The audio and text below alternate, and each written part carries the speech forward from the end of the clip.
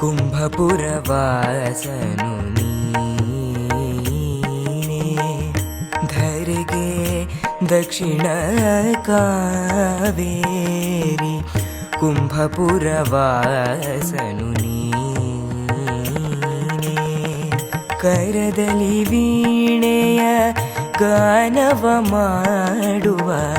ಉರಗಭೂಷಣನು ನೀನೆ, ಕರದಲ್ಲಿ ವೀಣೆಯ ಗಾನವ ಮಾಡುವ ಉರಗಭೂಷಣನು ನೀನೆ, ಕೊರಳೊಳು ಭಸ್ಮ ರುದ್ರಾಕ್ಷವ ಧರಿಸಿದ ಪರಮ ವೈಷ್ಣವನು ನೀನೆ, ಗರುಡ ಗಮನ ನಮ್ಮ